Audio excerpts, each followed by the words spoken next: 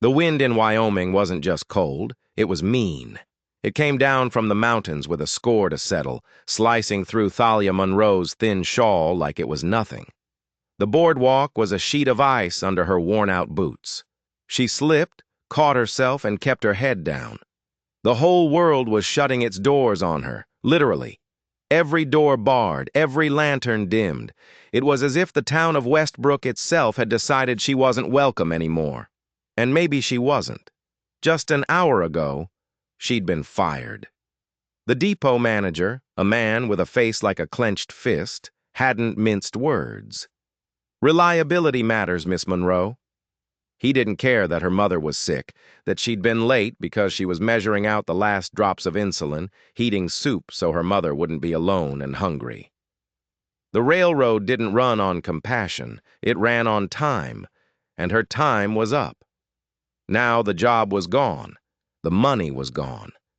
The little jar of savings buried under the floorboards felt a lot lighter all of a sudden. How would she pay for the doctor? For the medicine? Her breath came out in shaky clouds. She was trying. She whispered it into the storm. "I'm trying so hard." But the wind just snatched the words away, uncaring. Crying was a bad idea. Tears froze fast out here, turning into little needles of ice against your skin. She forced herself to stand a little straighter, to aim her tired feet toward the small cabin she and her mother called home. But then she saw them, huddled under the awning of the closed-down tavern. A man and a child. At first, a spike of fear went through her. Strangers. In a storm like this, with no wagon, no lantern, that meant trouble. Desperation makes people do things they wouldn't normally do. And she had nothing left to give, nothing worth taking. But then she saw the little girl's face, pale and small, tucked into the man's thin coat. She saw the way he wrapped his arms around the child, as if he could fight off the blizzard with his own body. He wasn't a threat. He was a shield. Her feet stopped moving. She knew she should walk on. She had her own mother to protect. She couldn't invite danger to her door, but she couldn't move. A voice, her mother's voice, echoed in her head from a time when things were better. If you can still help someone when you have nothing left, that's when it matters the most. The man looked up. His eyes met hers through the swirling snow. They were tired eyes, worn down and sad, but there was no malice in them. The little girl shifted, and her gaze locked with Thalia's. It was a silent plea, but it screamed louder than the wind. Thalia swallowed the lump in her throat. Her hands were shaking, but it wasn't from the cold anymore. "Sir," she called out, her voice thin but steady. "I have a cabin nearby. There's a fire, a pot of soup." The man just stared, as if he couldn't believe what he was hearing. He looked down at his daughter, then back at Thalia. "Are you sure?" he asked, his voice rough with disuse. Thalia gave a single, firm nod. "I won't let a child freeze in this storm." The man seemed to deflate with relief. He stood up, carefully setting the little girl on her feet. "My name is Elias," he said. "This is Annie." Thalia knelt down. "Hello, Annie. I'm Thalia. Let's get you warm." The little girl gave a tiny, shy nod. As Thalia led them away from the desolate main street, a strange feeling flickered in her chest. It wasn't just pity. It was something else. Something she hadn't felt in a long, long time. It felt a little bit like hope. She had no idea, of course. No idea that this one simple act of kindness wasn't simple at all. She thought she was saving them from the storm. She was wrong. She was walking right into the heart of it. The cabin door groaned open, letting in a swirl of snow. Elias ducked inside, holding Annie tight.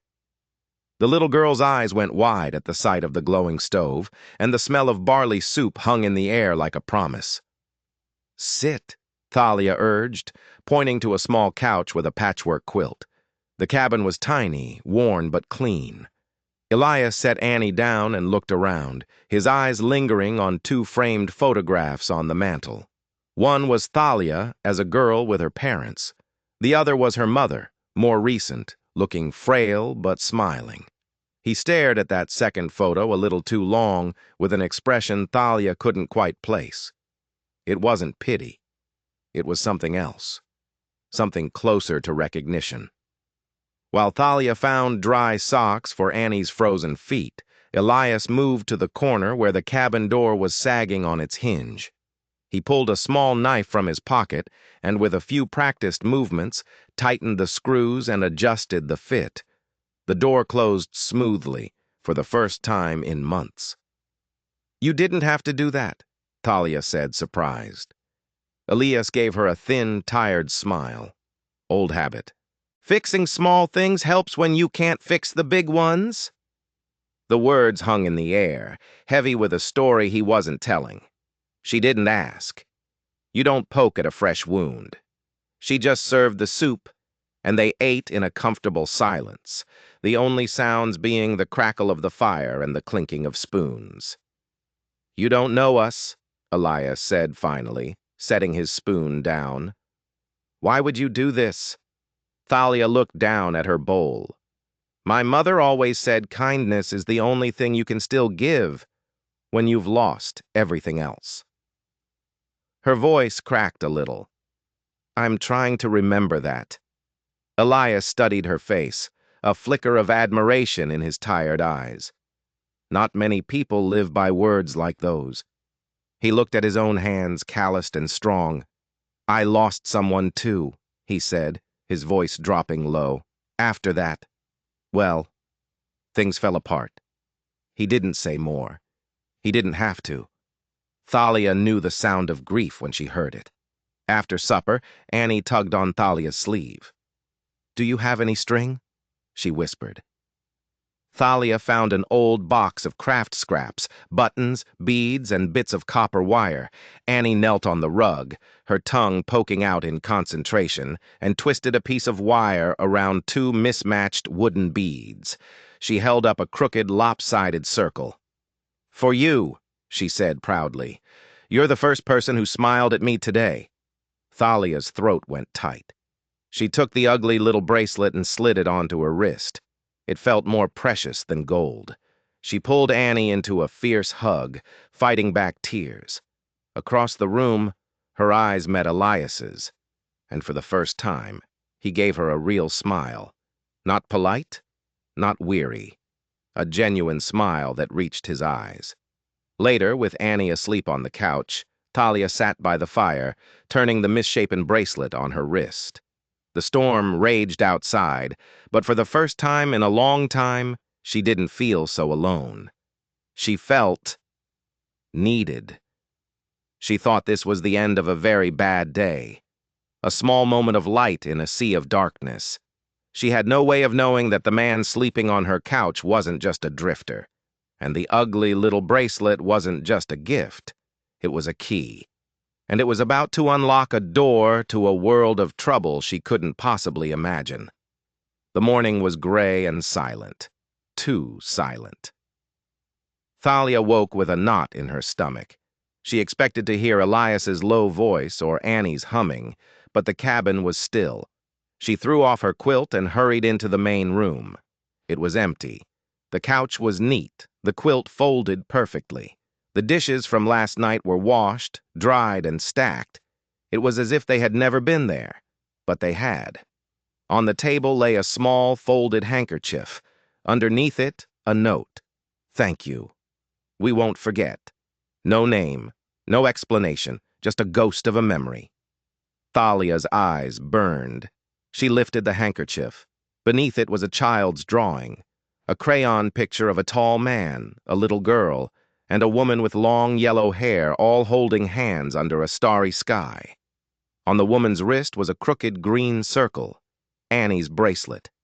Thalia sank into a chair, a single tear tracing a path down her cheek. The cabin had never felt so empty. She pinned the drawing to the wall by the stove, a splash of color in her gray world. But warmth and drawings don't pay for medicine. The reality of her situation came crashing back down. No job, a sick mother, dwindling savings. A single night of kindness wasn't going to fix any of that. She spent the day walking through town begging for work. The mercantile owner, Mr. Dalton, just shook his head. Times are lean, Miss Monroe.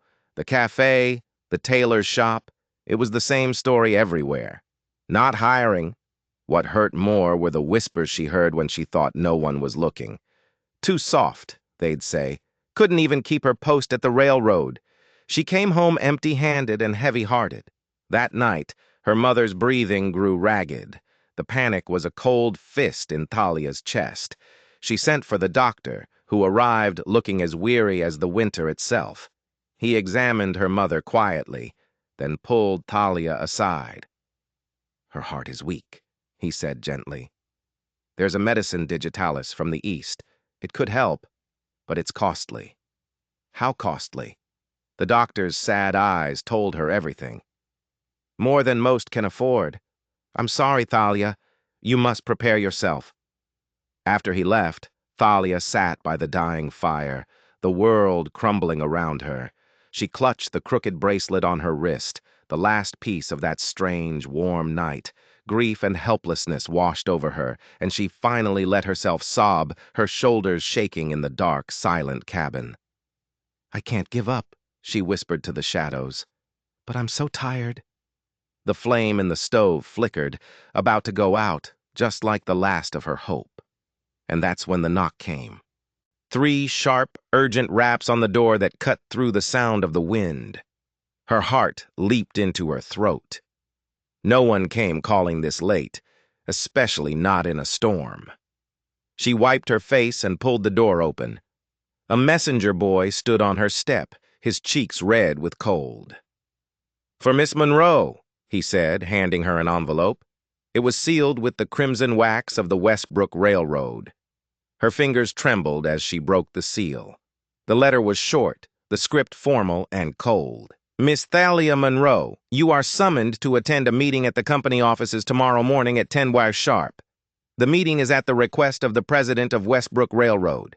She read it 3 times, her mind reeling. The president? She'd been fired, forgotten. Why would the president himself summon her? Was it some kind of cruel joke? A public humiliation?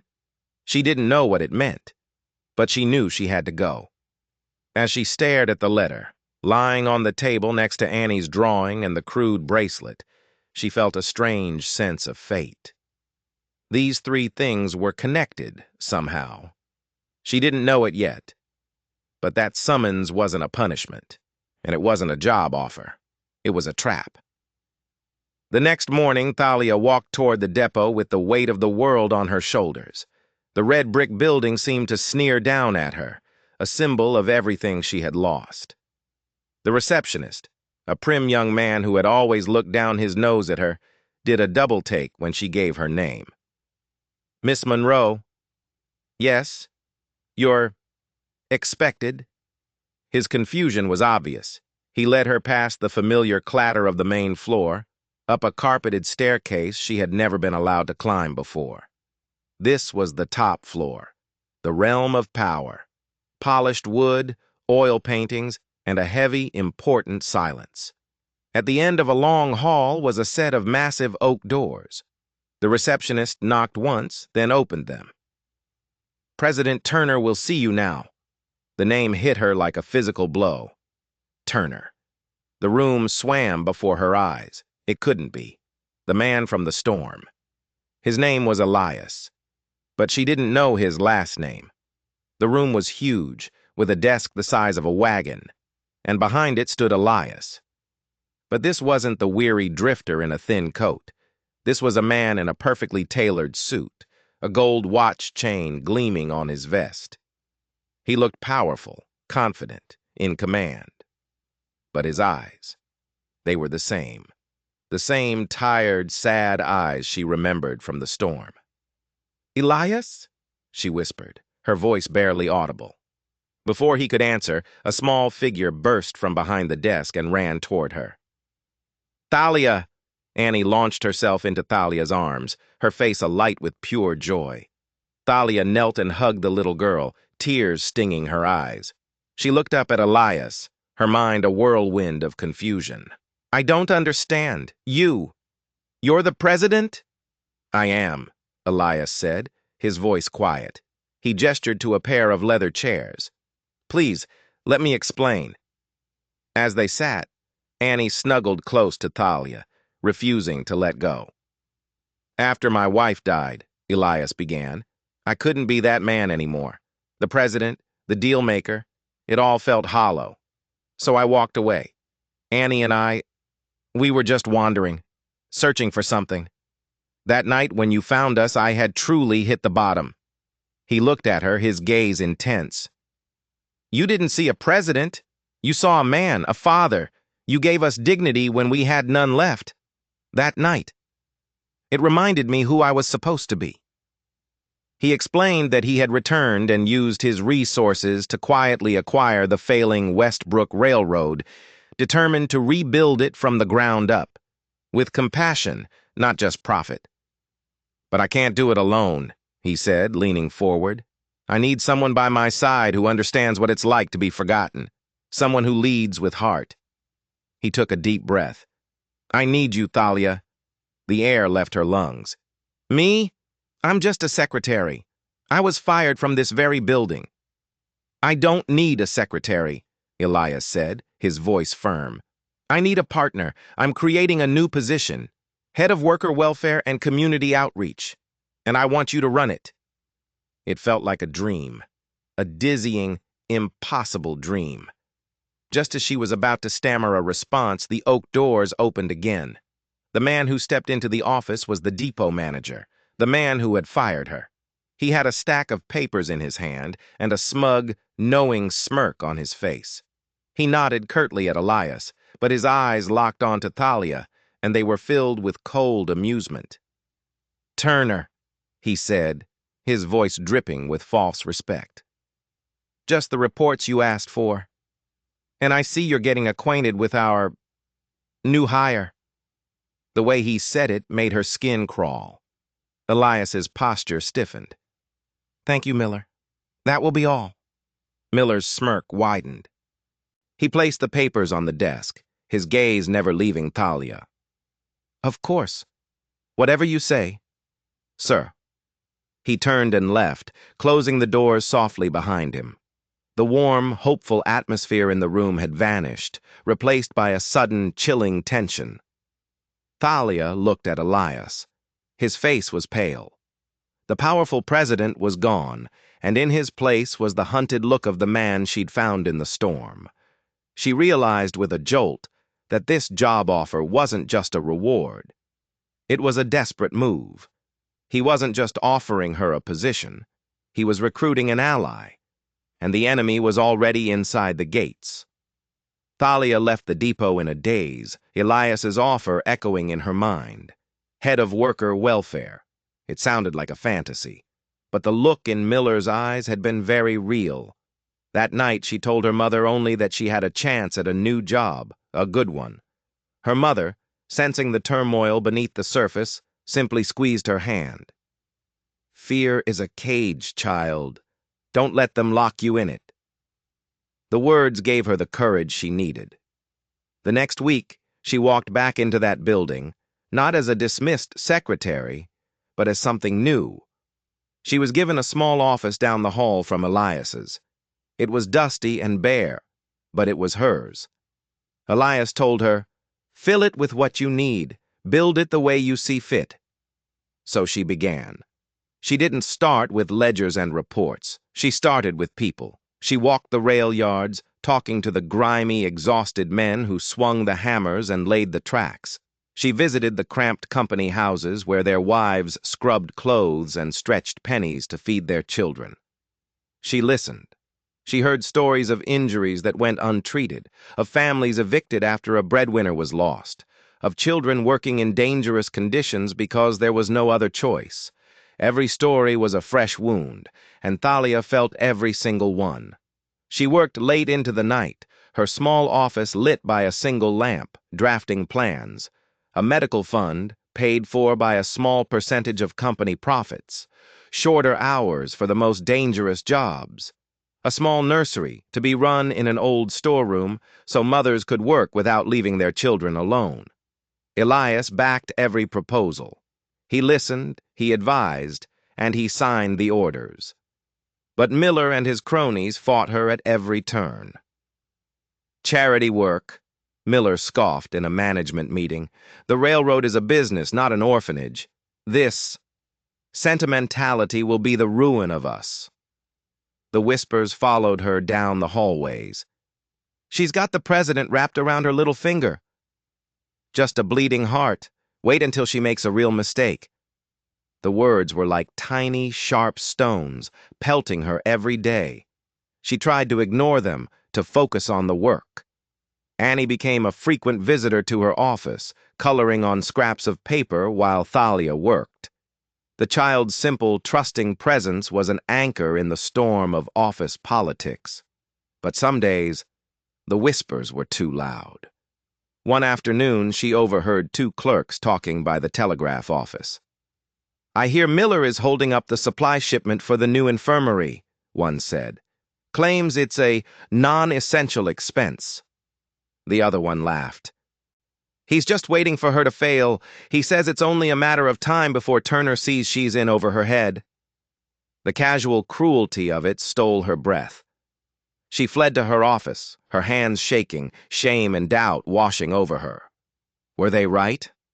Was she just a foolish girl playing at a game she didn't understand? A soft knock on the door made her jump. It was Elias. He took one look at her tear-streaked face, and the hardness in his own expression softened. He didn't say a word. He just crossed the room and gently took her hand. "Come with me," he said. He led her outside, where Annie was waiting by a small carriage. They drove out of town, away from the smoke and noise of the railroad, to a quiet spot by a river. They spent the afternoon skipping stones and flying a kite. For a few hours, Thalia felt like she could breathe again. As they sat on a blanket watching the sun dip below the hills, Elias finally spoke.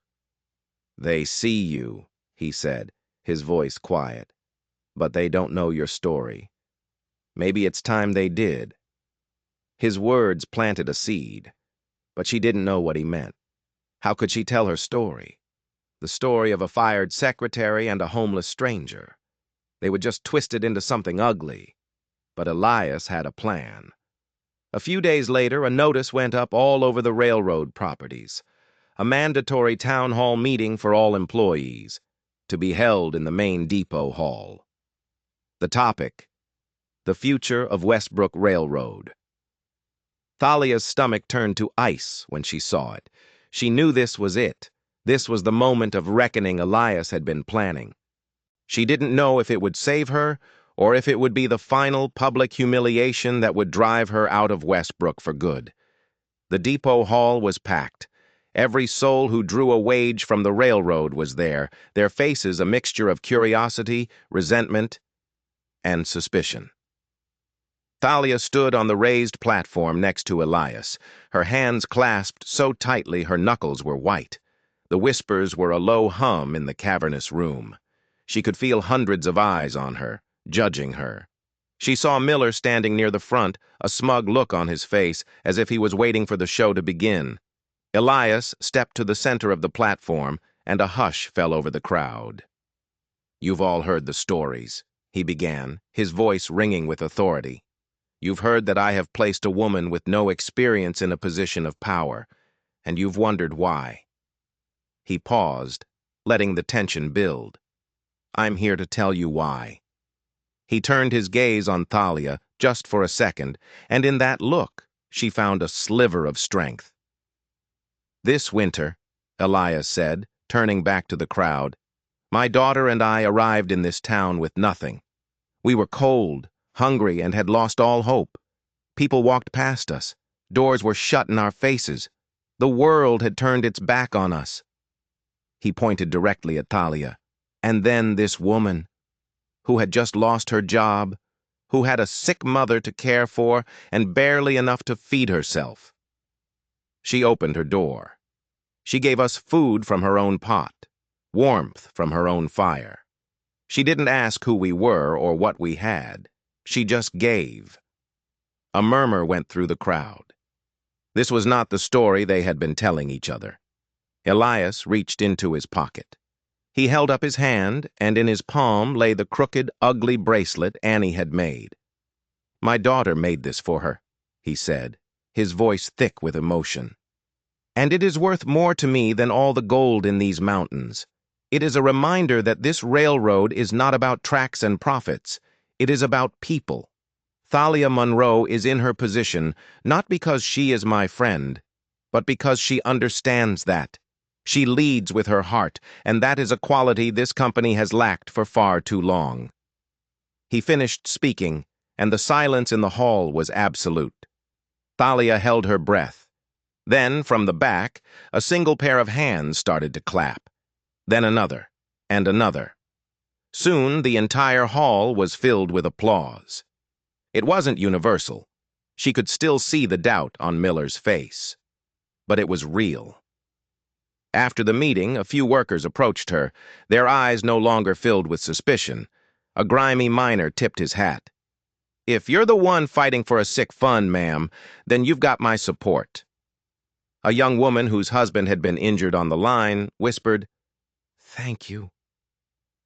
It was a start, a fragile, hopeful start. But as Thalia left the depot that night, she noticed something odd. A piece of paper had fallen from the stack Miller had been carrying earlier that day. It was wedged under the edge of the platform. She picked it up. It looked like a page from a ledger, but the numbers didn't make sense. It wasn't a railroad ledger, and at the bottom, scribbled in the margin next to a list of chemical compounds, was a single, chilling note. Monroe, M. Dosage increase pending. M. Monroe. Her mother. It wasn't just a sickness. Miller wasn't just trying to sabotage her job. He was trying to kill her mother. The piece of paper felt like a burning coal in her hand. Monroe. M. Dosage increase pending. Her mother's name. It couldn't be a coincidence. The medicine the doctor had prescribed. Digitalis. He'd said it was from the East, hard to get. What if Miller was controlling the supply? What if he wasn't just withholding it, but altering it? The thought was so monstrous, Thalia felt sick. The whispers, the career sabotage, that was one thing. But this was pure evil. She ran back to her small office, her heart hammering against her ribs. She locked the door and spread the ledger page out on her desk under the lamplight. It was a list of shipments, dates, and chemical names she didn't recognize. But next to one entry was a familiar name, the pharmaceutical company in Cheyenne that supplied Dr. Adams. She had to tell Elias. But how? If she accused Miller publicly with only this one piece of paper as proof, he would deny it. He would paint her as a hysterical, paranoid woman, proving everything the doubters already believed. He would destroy her, and Elias with her. No, she had to be smart. She had to find more proof. The next few days were a blur of quiet, desperate investigation. By day, she was Thalia Monroe, head of worker welfare, attending meetings and signing papers. By night, she was a detective, poring over shipping manifests in the railroad archives, looking for anything that seemed out of place. She found it in the small details. A series of lost or damaged shipments of medical supplies, all signed off by one man, Miller. One night, working late in the archives, she heard footsteps. She quickly doused her lamp and hid behind a stack of crates. It was Miller. He wasn't alone. He was with a rough-looking man she didn't recognize. "The dosage is too slow," the stranger said, his voice a low growl. "Our employer is getting impatient. He wants the girl out of the picture and Turner broken. The mother is the key." Miller's voice was sharp. "Patience. A sudden death would draw suspicion. This way it just looks like a failing heart. Once she's gone, her daughter will fall apart. Turner will be distracted by his little charity case, and the acquisition will be easy." Acquisition? What were they talking about? Thalia's blood ran cold. This was bigger than just Miller. He was working for someone who wanted the Westbrook Railroad. She had to get out of there. She waited until they left, her body trembling, then slipped out of the archives. She ran all the way to Elias's house, the cold night air burning her lungs. She hammered on the door, and when he opened it, she pushed past him, gasping for breath. "It's Miller," she choked out, holding up the ledger page. "It's my mother. He's been poisoning her." Elias's face went pale. He took the paper, his eyes scanning the chilling words. Then he looked at her, and she saw not a president, but the man from the storm, a man who knew what it was to lose everything. "I believe you," he said, his voice low and dangerous. "But who is he working for?" Thalia shook her head. "I don't know. They mentioned an employer. Someone who wants to take the railroad from you." A look of dawning horror crossed Elias's face. "There's only one person who would go to such lengths," he whispered. "A man I outbid for this railroad. A ruthless competitor from back east. His name is Silas Blackwood." Elias explained that Blackwood was a man who saw people as pawns and business as war. He had tried to ruin Elias before. After Elias's wife died in a suspicious carriage accident, an accident Elias now believed was no accident at all, he had fled west with Annie to escape Blackwood's shadow. He thought he had left that life behind, but Blackwood had followed him. Miller was Blackwood's inside man, and Thalia and her mother were just collateral damage in a much larger, deadlier game. The weight of it all was crushing. This wasn't just about a job or her mother's health. This was about a war for the soul of the town, and she was standing on the front lines. "What do we do?" Thalia asked, her voice shaking. Elias's eyes hardened. The weary drifter was gone, replaced by a commander. "We don't play his game," he said. "We change the rules. He thinks your weakness is your heart. We're going to prove it's your weapon." He explained his plan. They would use Miller's own scheme against him. They knew the next shipment of medicine was due to arrive on the morning train. Thalia's job was to intercept it before it got to Dr. Adams. Elias's job was to set a trap for Miller. It was dangerous. If they failed, her mother would die, and Blackwood would win. But it was their only shot. As she left his house, the crooked bracelet on her wrist seemed to gleam in the moonlight. Annie had twisted it from bits of scrap wire. Thalia looked closer. It wasn't just any wire. It was telegraph wire. And that gave her an idea of her own, a way to not just stop Miller, but to expose him to the entire town. The morning of the shipment arrived, cold and gray. The plan was in motion. Thalia, her face pale but determined, stood on the train platform, hidden in the early morning shadows. She watched as Miller's man, the same one she'd seen in the archives, unloaded a small, unmarked crate from the mail car. He set it aside, separate from the other cargo, clearly waiting for Miller to collect it. This was her chance. Creating a distraction wasn't hard. She paid a young boy a nickel to start a loud, obnoxious argument with the station master about a lost dog. As all eyes turned to the commotion, Thalia slipped out of the shadows. Her hands were shaking, but her movements were swift. She swapped the crate with an identical one she had prepared, filled with nothing but old bottles and rags. She dragged the real crate behind a stack of barrels and pried it open. Inside, nestled in straw, was a single corked bottle of dark liquid. It didn't look like medicine. It looked like poison. Meanwhile, Elias was putting his own plan into action. He called an emergency management meeting, insisting Miller be present. He brought up a series of financial discrepancies, tying Miller's department to missing funds and phantom supply orders. Miller denied everything, his voice smooth and confident. He was a good liar. But Elias was just stalling, keeping Miller occupied, giving Thalia time. Back at the platform, Thalia knew she had what she needed, but just swapping the crate wasn't enough. Miller would realize it was a fake as soon as he opened it. She needed to expose him and Blackwood. That's where her own plan came in. She took a small piece of paper and wrote a short, cryptic message. Blackwood's delivery is compromised. The girl knows. Abort. She then ran to the telegraph office.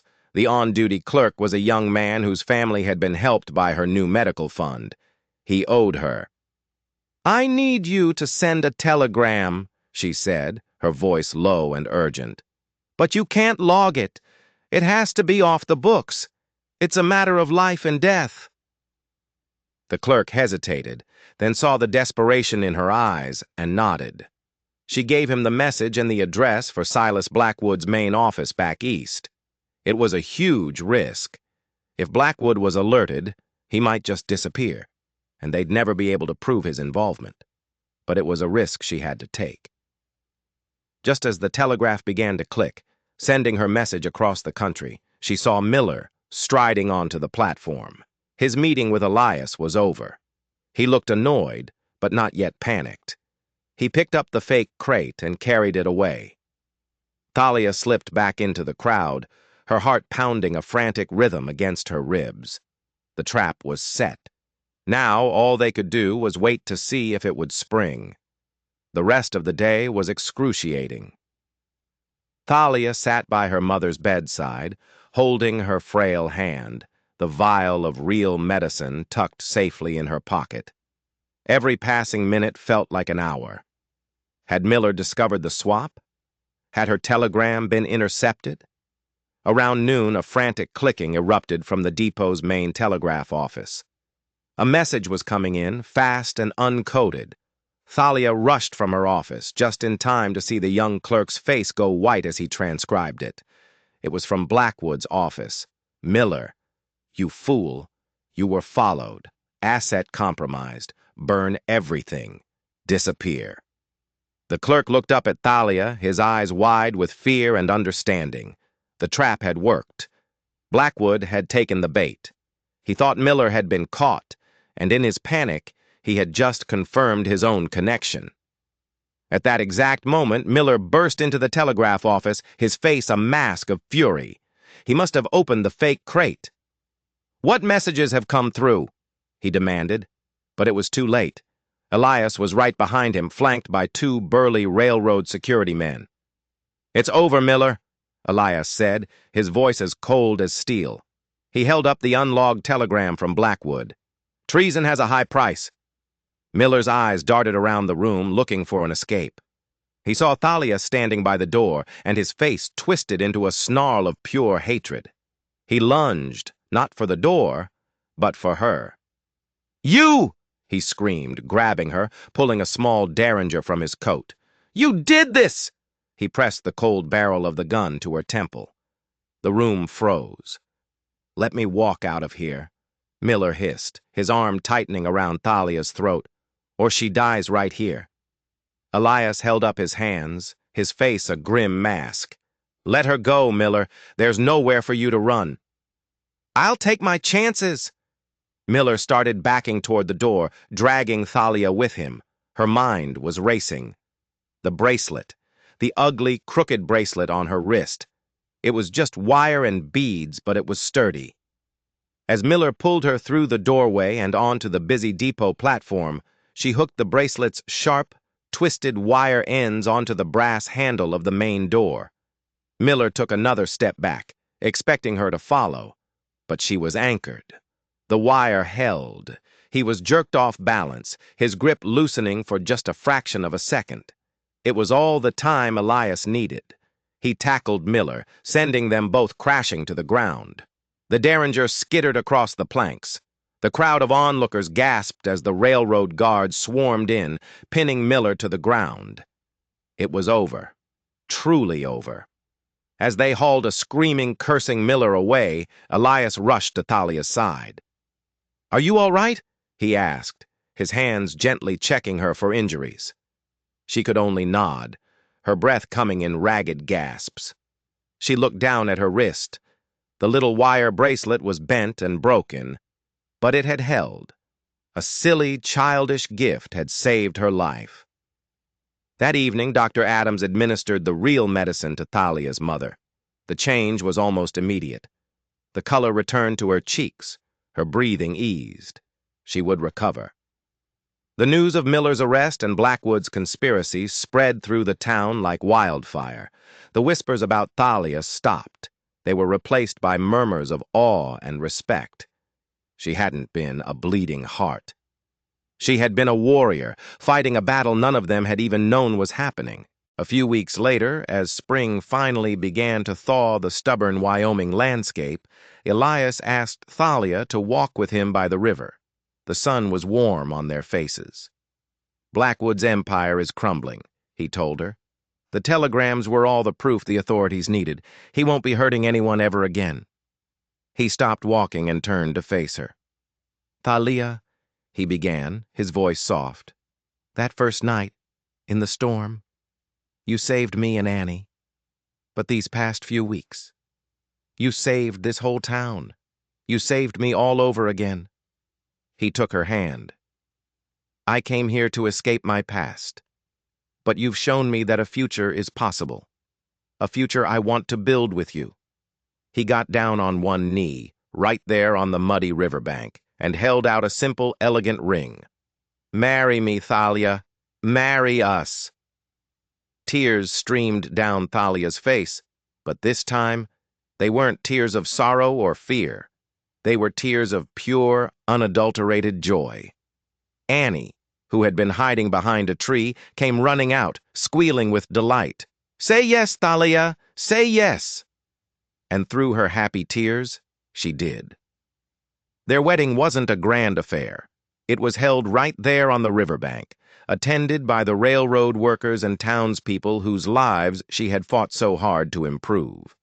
Her mother, now strong and healthy, sat in the front row, beaming. Annie was the flower girl, tossing petals with wild abandon. As Thalia stood with Elias, she knew she had found her place. She had been tested by storms, both real and imagined, and she had not only survived, she had triumphed. It all started with a simple act of kindness on the worst night of her life. A bowl of soup, a warm fire, and an open door. It just goes to show you never know where a simple choice might lead. If you enjoyed this story of how a small act of kindness can change the world, don't forget to like and subscribe, because there are always more stories hidden in the shadows, just waiting to be told.